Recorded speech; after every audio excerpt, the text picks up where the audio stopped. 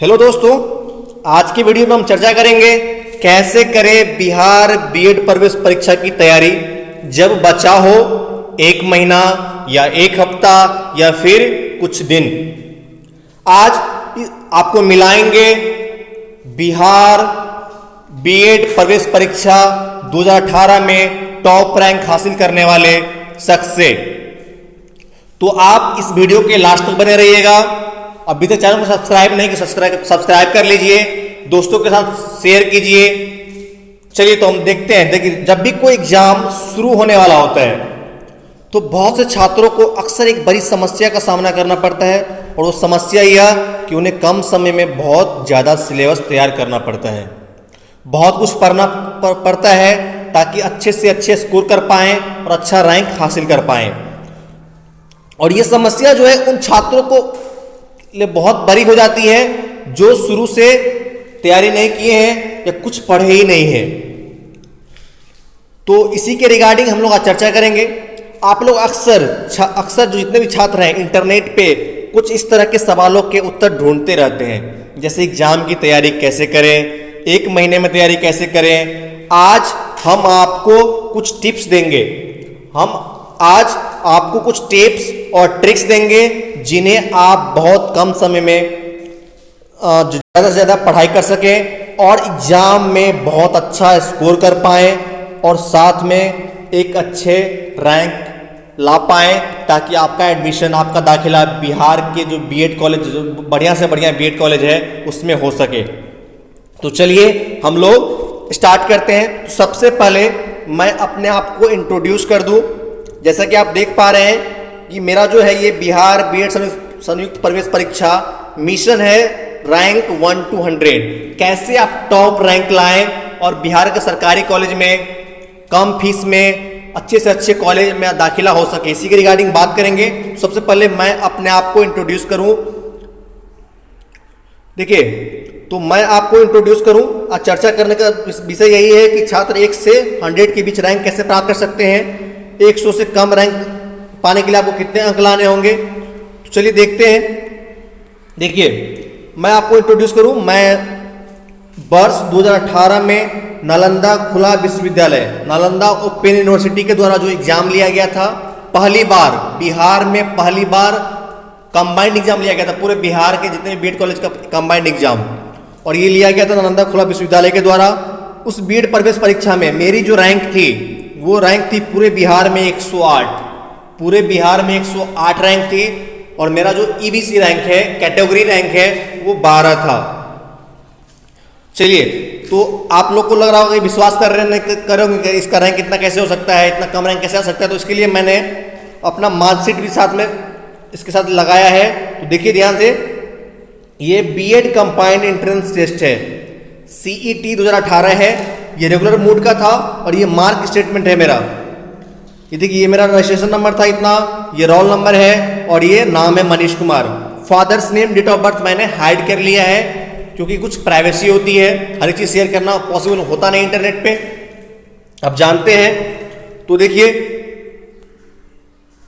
ये category ABC मेरा number था 120 में 84 नंबर, 120 में 84 नंबर मैंने लाया था, और ये मैं क्वालिफाइड किया था। मेरा जो रैंक, ओवरऑल रैंक था, ये 108 था और कैटेगरी में 12 था पूरे बिहार में। ठीक है, तो आज आपके साथ मैं चर्चा इसी बात की करने वाला हूं कि कितना आप नंबर लाएं, कैसे पढ़ें, कैसे तैयारी करें लास्ट समय में, कितना क्या क्या करें, कुछ टिप्स और ट्रिक्स, ताकि आप भी मेरे से, मेरा तो 108 रैंक था, हम कोशिश करेंगे आपका रैंक अंडर 100 रहे। देखिए, तो जब सीईटी 2018 का एग्जाम हुआ था, जब रिजल्ट आया था, तो ये कैटेगरी वाइज दिया गया था क्वालिफाइंग मार्क। क्वालिफाइंग मतलब जो 42 नंबर जनरल कैटेगरी के बच्चे जो 42 नंबर लाए थे उसको क्वालिफाई कर दिया गया था। जो 42 नंबर लाए हैं, 42 नंबर या 42 नंबर से ऊपर लाए हैं, उसको काउंसलिंग के लिए बुलाया गया था पटना में। SC, ST, BC, EBC, WBC और PH, जो इसके लिए क्या 36 नंबर थे, जो 36 नंबर लाए हैं उसको भी काउंसलिंग के लिए बुलाया गया था पटना में। पटना में जो यहाँ पे है गांधी मैदान के पास एक बहुत बड़ा ऑडिटोरियम है, उसमें काउंसलिंग हुआ था, तो वहाँ पे बुलाया गया था। तो ये तो रही मेरी बात कि मैंने एग्जाम दिया था 2018 बीएड, उसमें मेरा रैंक आया था 108, नंबर था 84 आउट ऑफ 120 और पूरे कैटेगरी में रैंक था 12। और ये कट ऑफ मार्क आपको बता ही दिए हैं। क्वालिफाइंग मार्क क्या था, जनरल के लिए 42 और बाकी के लिए 36 मार्क। देखिए यहाँ पे नोडल अधिकारी का साइन भी है। देखिए तो अब हम लोग बात करते हैं कि सबसे पहले देखिए, जब भी आपको एग्जाम देने जाते हो, जब भी कोई एग्जाम देने जाओ तो सबसे पहले आप पुराने पेपर और सिलेबस को देख के जाओ। जब भी आप एग्जाम देने जाते हो ना तो सिलेबस को देखो कि सिलेबस में क्या क्या है, और पुराने पेपर को एनालाइज करो, रिसर्च करो। बीएड के सिलेबस, पुराने पेपर्स को थोड़ा सोचो, रिसर्च करो। सिलेबस में कितने चैप्टर और कितने टॉपिक दिए गए हैं, पुराने पेपर को देखकर ये पता लगाओ कि किस पेपर से कितने सवाल आए हैं, किस तरह के सवाल आए हैं, किस सब चैप्टर से ज़्यादा सवाल पूछे गए हैं, कितने कौन सा चैप्टर ऐसा जिससे बार बार क्वेश्चन पूछे जाते हैं, कौन सा ऐसा चैप्टर से कम कभी कभार क्वेश्चन पूछा जाता है, और कौन सा ऐसा चैप्टर है जिससे थोड़ा बहुत क्वेश्चन पूछा जाता है, किस चैप्टर से सवाल कठिन होते हैं, किस चैप्टर से सवाल आसान होते हैं। इन सब बातों को आपको जानना होगा जब एग्जाम देने जा रहे हैं। तो आप लोगों को पता ही है कि सिलेबस जो है मेरा, सिलेबस आपको पता ही है, टोटल नंबर ऑफ क्वेश्चन 120 आएंगे। ये आप लोगों को सबको पता होगा जो बीएड का तैयारी कर रहे हैं। 2 घंटे का समय होता है और नो निगेटिव मार्किंग का प्रावधान है। इसमें क्या है कि आपका निगेटिव मार्किंग नहीं है। तो आपके लिए है कि जो क्वेश्चन आपसे बन पाता है तो बना लीजिए सही सही, जो नहीं बन पाता उसको फेल कर दीजिए, क्योंकि निगेटिव मार्किंग है नहीं। तुक्का भी मारे 10 मारे तो 2-3 सही हो गया तो मेरे लिए बहुत बड़ी बात है। तो निगेटिव मार्किंग इसमें है नहीं। तो ये आपके लिए पॉजिटिव पॉइंट है कि आप हर एक क्वेश्चन को अटेम्प्ट कर सकते हैं। देखिए जब बात करेंगे क्वेश्चन के हम लोग देखेंगे तो इंग्लिश में 2 पैसेज आते हैं। इंग्लिश में 2 पैसेज मतलब आपको एक स्टोरी दिया रहेगा, 2 स्टोरी, और इसी पे बेस्ट क्वेश्चन रहेंगे। यदि आप इंग्लिश थोड़ा बहुत भी जानते हैं, आप 10th क्लास में एग्जाम दिए होंगे, बोर्ड के एग्जाम दिए होंगे, 12th में भी एग्जाम दिए होंगे, ग्रेजुएशन में भी एग्जाम दिए होंगे, थोड़ा बहुत भी आप जानते हैं, स्टोरी को पढ़ लीजिए। स्टोरी में ही आंसर छुपा हुआ है। जो क्वेश्चन पूछा जा रहा है उसी के अंदर में स्टोरी में आंसर दिया है। उसी स्टोरी को पढ़िए और उससे 15 मार्क के क्वेश्चन, 2 पैसेज रहेंगे। बहुत इजी होता है ये, बहुत इजी। आप हल्का भी इंग्लिश थोड़ा बहुत भी इंग्लिश जानते हैं तो आप बना सकते हैं इसके क्वेश्चन को। इसमें कहीं ग्रामर ने पूछा जाता है, कुछ भी नहीं। पैसेज आपको 2 कहानी मिलेंगे, 2 कहानी पे बेस्ट क्वेश्चन मिलेंगे। कहाँ जो भी उत्तर होगा उसका क्वेश्चन का, वो कहानी के अंदर ही होगा। आपको ढूंढना है, किसी फर्स्ट पैराग्राफ में हो सकता है या सेकंड पैराग्राफ में हो सकता है, कहीं ना कहीं उसका आंसर छुपा होगा, आपको उसमें ढूंढना है। ठीक है। इसके बाद हम बात करते हैं हिंदी। तो हिंदी भी 15 मार्क्स के ही होते हैं। हिंदी भी 15 मार्क्स के क्वेश्चन पूछे जाते हैं। तो हिंदी का जो पैटर्न है एग्जाम का, जो मेरा अनुभव है लास्ट 2-3 साल का, वो अनुभव ये कहता है कि जो भी क्वेश्चन पूछे जाते हैं, अक्सर क्वेश्चन जो संधि, एकदम 100% श्योर रहिए कि संधि से क्वेश्चन आएंगे ही। समास, इससे क्वेश्चन आना ही है। उपसर्ग, प्रत्यय, ये तो 4 टॉपिक बताया मैंने, संधि, समास, उपसर्ग, प्रत्यय। इससे मान लीजिए 100% क्वेश्चन आना ही है। संधि से भी क्वेश्चन पूछेंगे जाएंगे 1-2 क्वेश्चन, समास से भी, उपसर्ग से भी, प्रत्यय से भी। बाकी बच गया विलोम शब्द। देखो तो विलोम शब्द आप लोग अपने नॉलेज से, आप थोड़ा बहुत भी पढ़े होगे तो अपने कॉमन सेंस से इसको बना सकते हो। समानार्थक शब्द को भी बना सकते हो, आप लोग पढ़ के आए होगा अच्छे से। हाँ, मुहावरा भी आप कॉमन सेंस से लगा सकते हो। और एक हो गया किताब लेखक, मतलब कौन सा किताब कौन से लेखक लिखे हैं, कौन सा कविता कौन सा लेखक लिखे हैं। तो इसके लिए आप लोग अपने बुक में कहीं पे, हिंदी का बुक होगा आपके पास, नहीं होगा तो आप नेट पे या आपके घर में किसी के पास बुक होगा हिंदी का, उसमें देख लीजिए। एक बार देख लेंगे ना अच्छे से 20-25 या जितने 50-60 राइटर का नाम, या प्रीवियस ईयर का भी, तो आपको बन जाएगा। ये बहुत ईजी होता है। ये टॉपिक हिंदी बहुत ईजी है, बहुत कम सिलेबस है। जितना बता रहे हैं उतना ही पढ़िए आप, गारंटी है कि 15 क्वेश्चन बन जाएगा।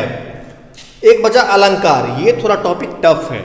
अलंकार टॉपिक जो है थोड़ा टफ है, इसके लिए आपको मेहनत करना पड़ेगा। इससे भी क्वेश्चन आते हैं, तो कोशिश कीजिए इससे भी आप कवर कर लीजिए, अच्छे से पढ़ लीजिए।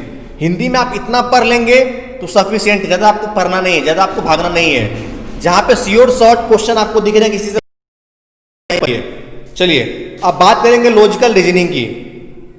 लॉजिकल रीजनिंग, ये 25 नंबर के क्वेश्चन आते हैं। तो लॉजिकल रीजनिंग बाबू, लॉजिकल रीजनिंग बहुत इजी है, आपको इसके लिए प्रैक्टिस करना पड़ेगा। और प्रैक्टिस इसमें देखो, इसमें क्वेश्चन का मतलब रटने वाला क्वेश्चन है नहीं, पैटर्न आपका पैटर्न बेस्ड क्वेश्चन होते हैं ये। तो आप क्या कीजिए, लास्ट 3-4 साल का जो क्वेश्चन है प्रैक्टिस सेट बनाइए। लास्ट 3-4 साल के क्वेश्चन बीट के क्वेश्चन में पूछा गया रीजनिंग, उसको देखिए, उतना देख लेंगे, आपको कोई दिक्कत नहीं होगा। ये आपका जितना दिमाग चलेगा उतना ज़्यादा फास्ट क्वेश्चन बनेगा। इसमें कोई ट्रिक, शॉर्टकट ट्रिक है नहीं, ये आपके प्रैक्टिस पे डिपेंड करता है। प्रैक्टिस जितना होगा उतना आप क्वेश्चन बना पाएंगे। बहुत से बच्चे रीजनिंग में तो 25 से 25 क्वेश्चन बना के आ जाते हैं, और बहुत इजी भी होता है। बिहार में जो बीएड परीक्षा जो होती है उसका रीजनिंग बहुत इजी होता है, इसमें कोई शक नहीं है। अब देखिएगा, हाँ थोड़ा जैसे नंबर को सीरीज पूछ दिया या कुछ फिगर पूछ दिया तो थोड़ा बहुत आईक्यू आपको लगाना पड़ेगा, क्या पैटर्न क्या शो कर रहा है, और ये कहाँ से आएगा, आपके प्रैक्टिस पे डिपेंड करता है। प्रैक्टिस कीजिएगा सब बन जाएगा, ठीक है। इसके बाद आता है सामान्य जागरूकता, जनरल अवेयरनेस। देखिए ये जो टॉपिक है ये बहुत वास्ट है, 40 नंबर के क्वेश्चन आते हैं, लेकिन इसका जो सिलेबस है ब्रॉड सिलेबस है, इसमें कहाँ से क्वेश्चन आएंगे कुछ कहा नहीं जा सकता है। करंट अफेयर से भी क्वेश्चन आते हैं, समसामयिक घटना से भी क्वेश्चन आते हैं, और इतिहास से भी, भूगोल से भी, नागरिक से भी, मतलब जितना भी है आपको जीके जीएस जो भी पढ़े हैं आप, हर एक जगह से, विज्ञान से भी क्वेश्चन आते हैं इसमें। तो ये टॉपिक थोड़ा ब्रॉड टॉपिक है, तो कोशिश कीजिए जो टॉपिक का सिलेबस बहुत कम है, जैसे हिंदी, जैसे इंग्लिश तो सिलेबस बहुत कम है, इंग्लिश तो कंप्रिहेंशन है, हिंदी भी बहुत कम सिलेबस है, रीजनिंग प्रैक्टिस कर लीजिए बन जाएगा। तो लेकिन उसका सिलेबस लिमिट में है, बट ये जो सामान्य जागरूकता है इसका सिलेबस ब्रॉड है। कहाँ से क्वेश्चन आएंगे, कहाँ से पूछेगा, क्या मन में क्वेश्चन डाल देगा, कुछ भी आपको पता नहीं है। तो इसके लिए इस पे आप पढ़ते रहिए, इसको भी पढ़िए, जो भी आपके पास बुक है जनरल अवेयरनेस का वो भी पढ़िए। मैंने प्रीवियस ईयर के लिए भी जो क्वेश्चन पूछे गए तो उसका मतलब वीडियो बनाया है, उसको भी आप देख सकते हैं, उससे भी आपको अनुभव मिलेगा कि कैसा क्वेश्चन पूछा जाता है। इसका मैं कुछ और भी मतलब इम्पोर्टेंट कॉन्सेप्ट को और इम्पोर्टेंट क्वेश्चन मैं डिस्कस करूंगा नेक्स्ट वीडियो में। जब वीडियो बनाऊंगा तो आप लोग जरूर इसको देखिएगा, आपको बहुत कुछ आइडिया मिलेगा, क्वेश्चन भी टकराएगा भी एग्जाम में। तो इसका सिलेबस जो है ब्रॉड है, तो आप लगे रहिए इसमें, इसमें चिंता करने की बात नहीं है। 40 क्वेश्चन में आपको 30 भी बन गया, 30 क्वेश्चन भी बना के आप आ गए तो समझिए कि हम बहुत क्वेश्चन बना लिए, क्योंकि इसका कोई सिलेबस है नहीं, कहाँ से पूछेगा नहीं पूछेगा कोई गारंटी नहीं है। हाँ, टीचिंग लर्निंग इन्वायरमेंट, जो लास्ट टॉपिक है teaching learning environment in school में जो शिक्षण अधिगम जो पर्यावरण है, इससे 25 नंबर के क्वेश्चन आते हैं। तो ये टॉपिक देखो, खाने को तो बहुत लोग बोलते हैं अरे बहुत टफ टॉपिक होता है, बट सबसे इजी टॉपिक यही है। सबसे इजी टॉपिक इसीलिए कि आप अपने अनुभव के साथ जोड़ सकते हैं, अपने विद्यालय में जो कक्षा किया था 10th 9th में उसके अनुभव के साथ आप जोड़ सकते हैं इस टॉपिक को। इसमें क्वेश्चन मतलब बहुत इजी क्वेश्चन पूछ जाते हैं। जैसे विद्यार्थी को पढ़ाना है, तो विद्यार्थी को जैसे क्लास में हल्ला बहुत ज़्यादा शोर शराबा कर रहा है, उसको बच्चे को हम टीचर क्या करेंगे, मारेंगे, पीटेंगे, बच्चे को पेरेंट्स को बुला के नाम का टीसी कटवा के हटवा देंगे स्कूल से, या भरी सभा में जो बच्चे बैठे हुए हैं उसमें उसको बेइज्जती करेंगे, सभी बच्चे के बीच में बेइज्जती करेंगे, या उसको पर्सनली बुला के समझाएंगे, कुछ बताएंगे, उसको मोटिवेट करेंगे। तो इस तरह के क्वेश्चन मतलब 4-5 ऑप्शन दिए रहेंगे आपको, उसमें आपको बेस्ट चुनना है। तो आप जब क्वेश्चन का ऑप्शन पढ़ेंगे ना तो आप 100% बता रहे हैं आप बना लेंगे इस क्वेश्चन को, इसके क्वेश्चन को। हाँ, कुछ इसमें क्वेश्चन आते हैं जैसे एनसीईआरटी के बारे में,